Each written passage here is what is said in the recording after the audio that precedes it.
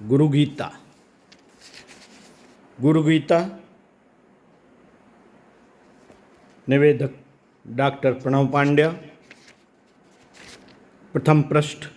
आदि जिज्ञासा शिष्य का प्रथम प्रश्न। गुरु पूर्णिमा के पुण्य पर्व पर प्रत्येक शिष्य सद्गुरु कृपा के लिए प्रार्थनाशील रहता है।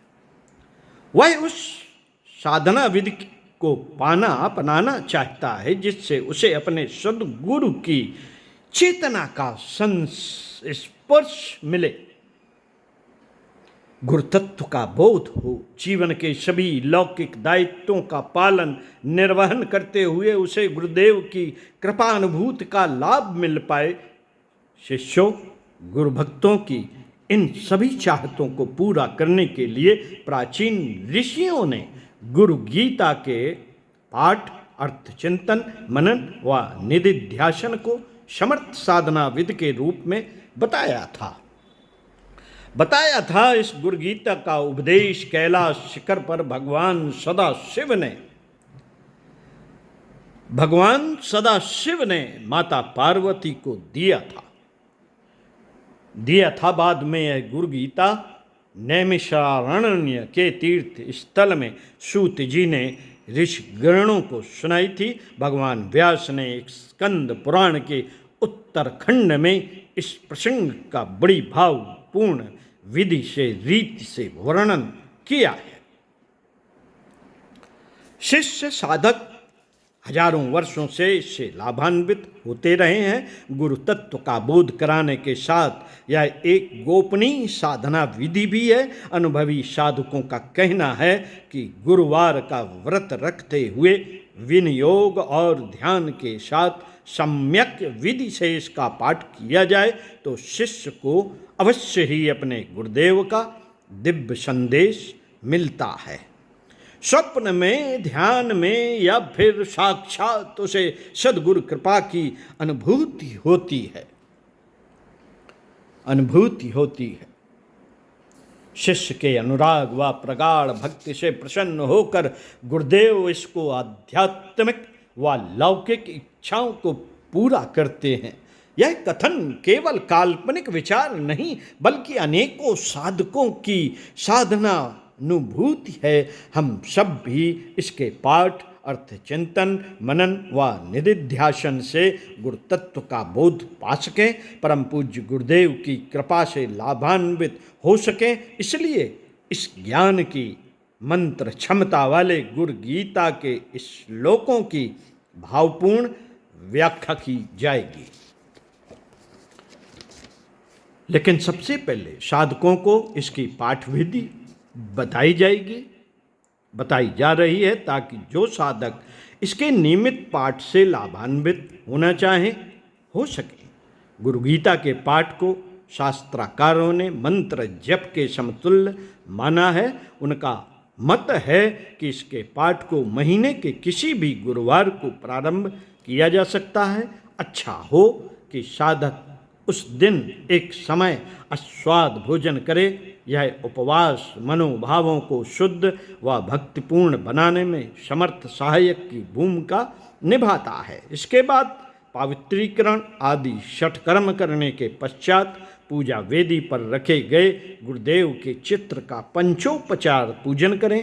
तत्पश्चात दाएं हाथ में जल लेकर विनियोग का मंत्र पढ़ें। ओम अस्य श्री गुरु गीताम स्तोत्र मंत्रस्य भगवान सदाशिव ऋषि नानाविधानि छंदांसि श्री सद्गुरुदेव परमात्मा देवता हम बीजम सह शक्ति क्रोम कीलकम श्री सद्गुरुदेव कृपा प्राप्यर्थे जपे विनियोग मंत्र पढ़ने के बाद हाथ के जल को पास रखे किसी पात्र में डाल दे। दरअसल यह विनियोग साधक को मंत्र की पवित्रता, महत्ता का स्मरण कराता है। मंत्र के ऋषि, देवता, बीज, शक्ति व कीलक की याद कराता है, साथ ही साधक के मन को एकाग्र करते हुए पाठ किए जाने वाले स्तोत्र मंत्र की शक्तियों को जागृत करता है। ऊपर बताए गए विनियोग मंत्र का अर्थ है ओम परब्रह्म का स्मरण। इस गुरु गीता स्तोत्र मंत्र के भगवान सदाशिव दृष्टा ऋषि हैं। इसमें कई तरह के छंद हैं। इस मंत्र के देवता या इष्ट परमात्मा स्वरूप सद्गुरुदेव हैं। इस मंत्र का बीज हम है, शक्ति सह है, जो जगत जननी माता भगवती का प्रतीक है। क्रौम बीज से इसे कीलित किया गया है। इस मंत्र का पाठ या जप सद्गुरुदेव की कृपा पाने के लिए किया जा रहा है। इस विनियोग के बाद गुरुदेव का ध्यान किया जाना चाहिए। ध्यान मंत्र निम्न है। योग पूर्णं तपोनिष्ठं वेदमूर्तिं यशस्विनं गौरवर्णं गुरुं श्रेष्ठं भगवत्या सुशोभितं कारुपन्यामृतसागरं शिष्यभक्तादिसेवितं श्रीरामं सद्गुरुं ध्यायेत् तमाचार्यवरं प्रभुम्। इस ध्यान मंत्र का भाव है गौरवर्णी प्रेम की साकार मूर्ति गुरुदेव वंदनीय माता जी माता भगवती देवी के साथ सुशोभित हैं। गुरुदेव योग की सभी साधनाओं में पूर्ण, वेद की साकार मूर्ति, तपोनिष्ठ व तेजस्वी हैं। शिष्य और भक्तों से सेवित गुरुदेव करुणा के अमृत सागर हैं। उन आचार्य श्रेष्ठ श्री राम का, अपने गुरुदेव का साधक ध्यान करें।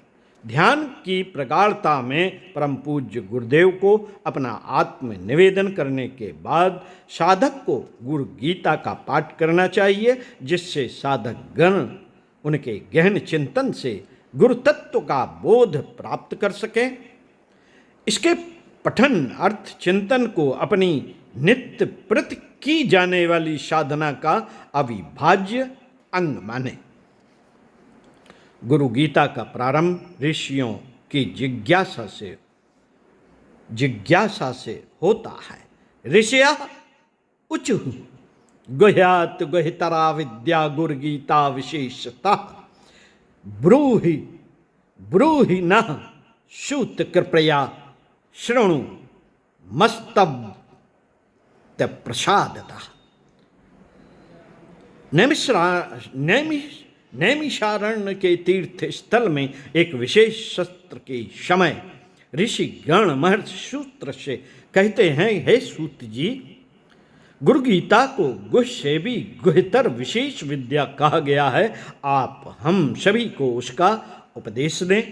आपकी कृपा से हम सब भी उसे सुनने का लाभ प्राप्त करना चाहते हैं।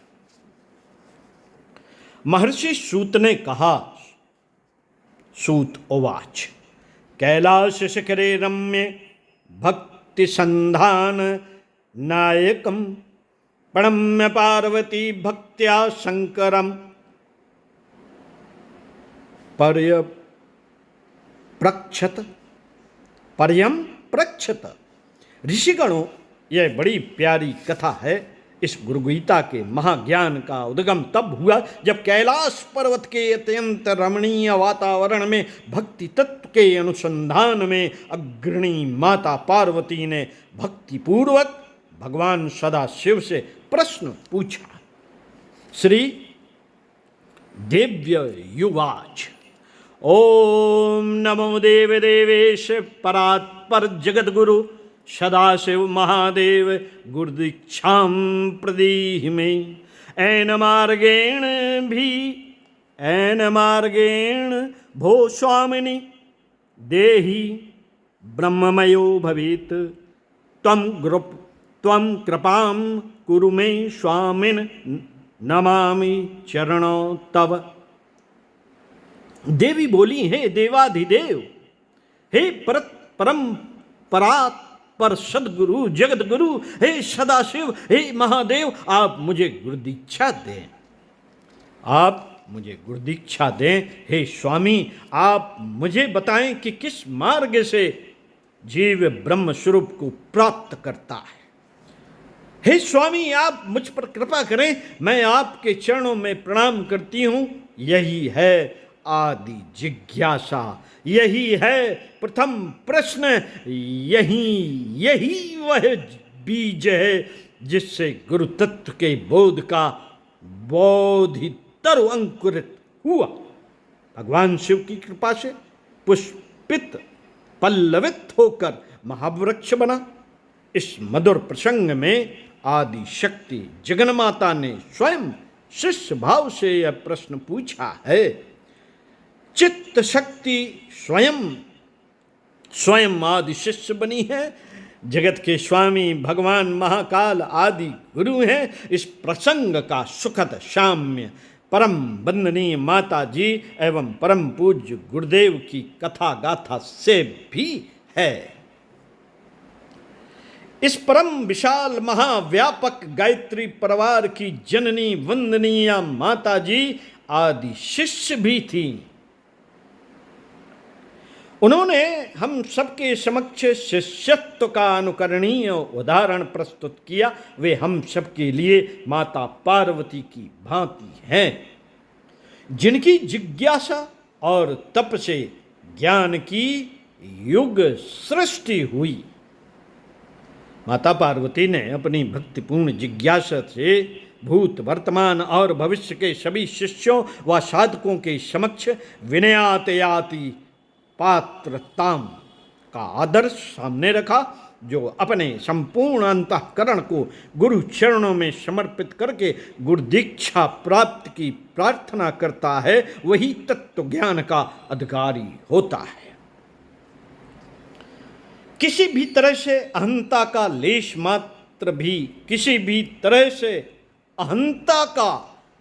मात्र भी रहने से ज्ञान व तप की साधना फलित नहीं होती है। जो जगन्माता आदि जननी की भांति स्वयं को अपने गुरु के चरणों में अर्पित कर देते हैं, गुरु कृपा उन्हीं का वर्ण करती है। करुणा सागर कृपाल गुरुदेव उन्हीं को अपनी कृपा का वरदान देते हैं। तो साथियों, अगले विषय पर इसी वीडियो के माध्यम से आपको सुनाएंगे सद्गुरु की प्राप्ति ही आत्म साक्षात्कार। सद्गुरु से मिलना जैसे रोशनी फैलाते हुए दिए से एकाकार होना है। तो साथियों, सुनते रहिए और स्वाध्याय सत्संग का क्रम बनाते हुए जो सुना गया है उस पर चिंतन मनन की प्रक्रिया को जरूर चलाइए। अगले वीडियो में आपको इसी पुस्तक से पढ़कर सुनाएंगे। ओम शांति।